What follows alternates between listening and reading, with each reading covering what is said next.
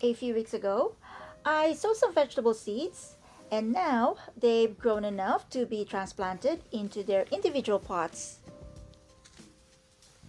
The seedling tray contains long fin cayenne pepper seedlings. As you can see, some of the seeds didn't grow, and that's completely normal. Luckily, I still have more than enough seedlings, and extras will be given away to friends and relatives. The soil is already prepared and the pots are filled and ready to go. The only thing left to do now is start transplanting.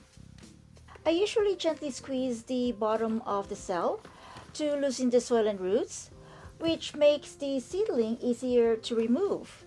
But that didn't work this time because the plastic tray is pretty thick and stiff. I have to use a small tool to carefully scoop the seedlings out. I try to avoid using tools to prevent damaging the roots, but sometimes there's no other choice. Notice the difference in roots?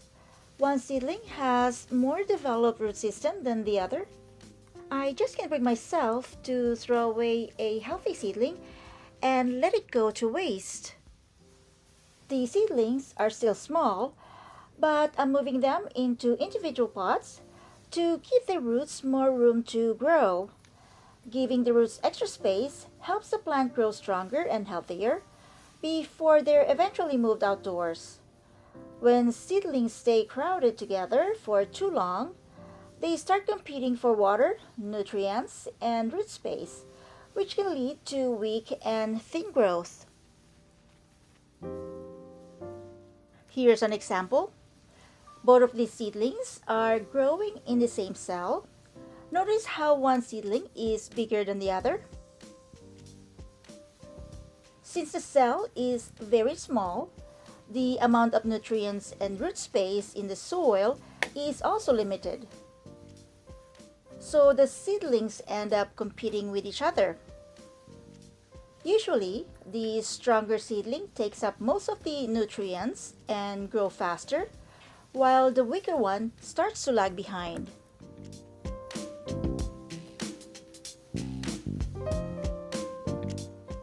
Now that they each have their own pot and no longer have to compete for soil, nutrients, and root space, they'll have a much better chance to recover, grow stronger, and survive. Of course, after transplanting, we need to water the newly transplanted seedlings. This helps them recover from transplant shock and settle into their new pots and soil. Watering also helps remove air pockets in the soil, allowing the roots to make better contact with the growing medium. That makes it easier for the plants to absorb water and nutrients. Without enough water, newly transplanted seedlings can wilt, dry out, or struggle to recover properly.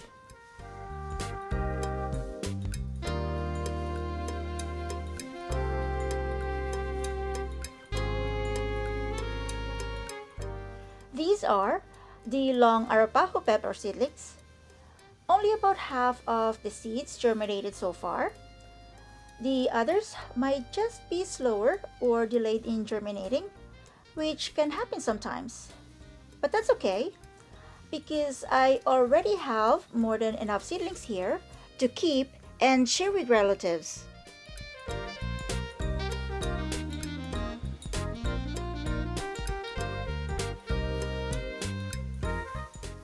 When transplanting peppers, place the seedling into its new pot at about the same depth it was growing before.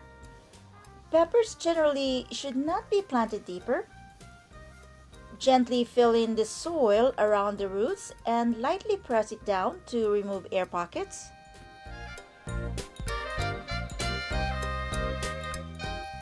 If the pepper seedlings were grown indoors, they should also be slowly hardened off before being moved outside permanently. Peppers love warmth, so it's best to wait until the weather is consistently warm before planting them outdoors. This is the Jalna Purple variety of eggplant. Just like the Arapaho peppers, only about 50% of the seeds germinated so far. The rest of the seeds might just be slower or delayed in germinating, which sometimes happens. I find it much easier to take all the seedlings out of the tray first before planting them into their individual pots. Instead of taking out one seedling, planting it, then going back and repeating the process over and over, I just do them all at once. It saves time and feels less repetitive. There was one time I even took all the seedlings out and placed each one on top of its pot, planning to plant them right away. But my phone rang and I ended up talking for a couple of hours. When I came back, the seedlings that were just sitting on top of the soil had already started to wilt. That really showed me how quickly seedlings can dry out and get stressed when their roots are exposed to air for too long.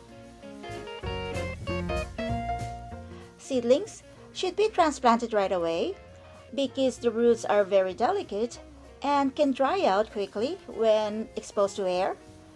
Unlike mature plants, young seedlings don't have strong roots protection yet, so even a short time outside the soil can create stress and damage. When roots are exposed, they lose moisture fast, which can lead to wilting and transplant shock. The longer they stay out of soil, the harder it becomes for the plant to recover once planted. That's why it's best to move each seedlings into its new pot or soil as soon as possible so the roots stay protected, stay moist, and can quickly reestablish and keep growing without interruption.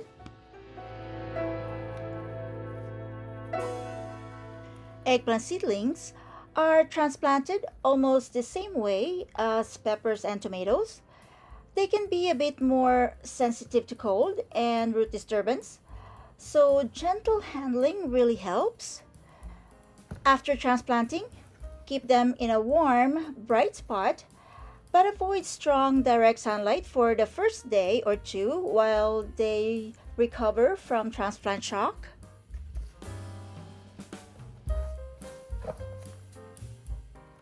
Transplanting seedlings may seem simple, but there are a few important things that can really help the plants adjust better and grow healthier. One helpful tip is to transplant during the cooler parts of the day, like early morning or late afternoon, because hot midday sun can stress young seedlings very quickly. Since I live in a colder climate, I usually do my transplanting indoors where the temperature is more controlled. That allows me to transplant at any time of the day without worrying too much about harsh outdoor conditions. Seedlings grown indoors get used to a protected environment with stable temperatures, little wind, and softer light. And once the weather becomes warmer, I gradually bring the seedlings outdoors to harden them off and help them adjust to sunlight, wind, and changing temperatures. If seedlings are moved outside too quickly without preparation, they can go into shock. The leaves may wilt, get sunburned, dry out, or the plants may stop growing for a while. That's why we slowly introduce seedlings to outdoor conditions through a process called hardening off. Over about 7 to 10 days, the seedlings are gradually exposed to increasing amounts of sunlight, wind, and cooler temperatures. This helps strengthen the plants and gives them time to adjust before being planted outside permanently.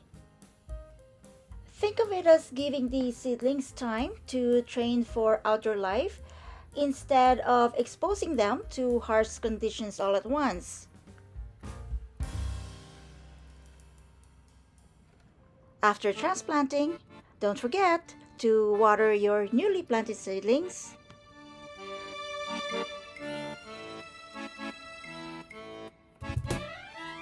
These seedlings are berry tomatoes. I got the seeds from tomatoes that look like strawberries, which I bought from the grocery store.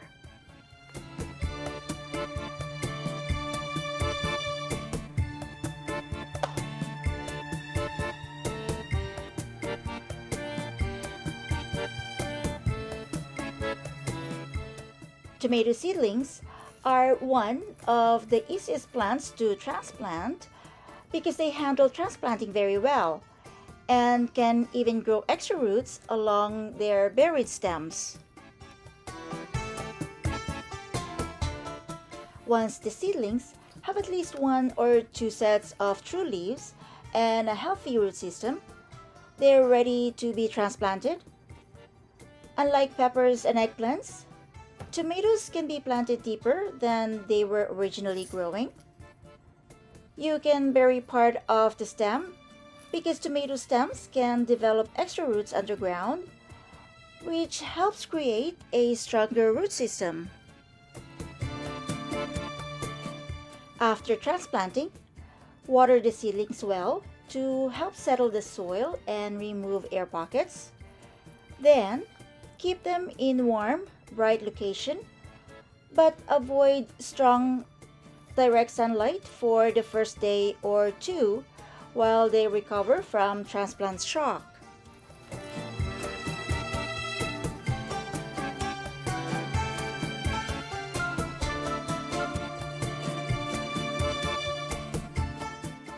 Thanks so much for watching today's seedling transplant update.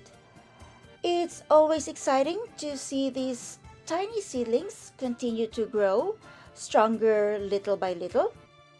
Hopefully, this video gave you some helpful tips and encouragement for starting your own vegetable from seed. I still have a long gardening season ahead, so there will be plenty more updates coming soon as these peppers, eggplants, and tomatoes continue to grow. Thanks again for spending some time with me today, and I'll see you in the next gardening video. Happy growing, everyone! Bye!